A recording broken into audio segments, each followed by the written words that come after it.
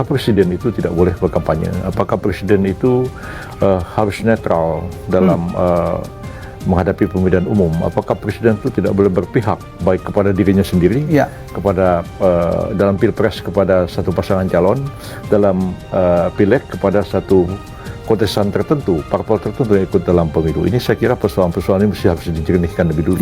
Mari kita jernihkan. Presiden boleh berkampanye jika dia adalah incumbent untuk maju kedua kalinya, dan presiden pun boleh kampanye kepada jagoan atau anaknya sekalipun jika mereka satu partai dengan dia. Ya, harus dengan cara cuti. Tapi Prabowo tidak satu partai dengan Jokowi.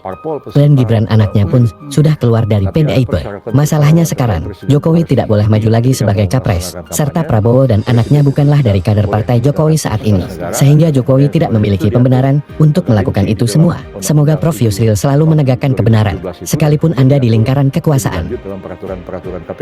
Kedua, siapa pelaku kecurangan? Dan kami langsung tunjuk hidung. Aktor terbesar dalam kecurangan pemilu adalah Presiden Republik Indonesia, Presiden Joko Widodo. Aktor terbesar dalam kecurangan pemilu adalah Presiden Republik Indonesia, Presiden Joko Widodo. Aktor terbesar dalam kecurangan pemilu adalah Presiden Republik Indonesia, Presiden Joko Widodo. Apa salah satu datanya untuk menjelaskan telah terjadi kecurangan yang disebut sebagai terstruktur, sistematis, dan masif? Kita mulai dari terstruktur. Maksudnya kecurangan itu melibatkan penyelenggara negara atau penyelenggara pemilu.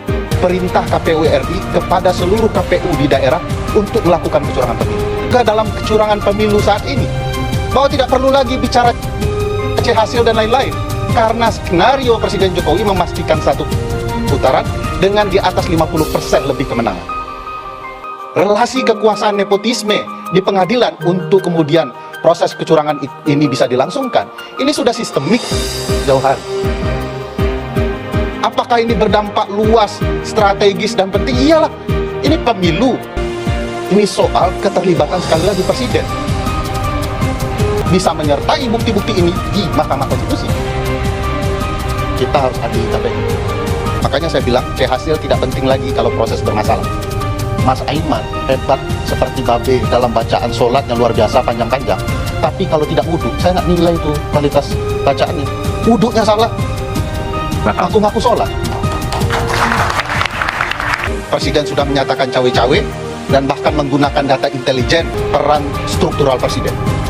Presiden sudah ngaku cawe-cawe menggunakan data intelijen terkait dapur partai, lalu diikuti oleh para pembantunya berbasis pasal 17 dan pasal 17 Undang-Undang Kementerian.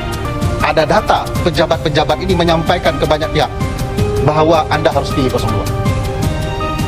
Pelakunya bukan Pak Prabowo, Pak Jokowi.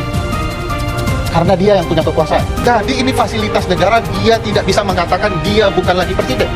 Untuk sementara itu, tidak bisa mungkin. Bahwa politik gentong babi itu efektif merusak stabilitas publik dalam menentukan pilihan.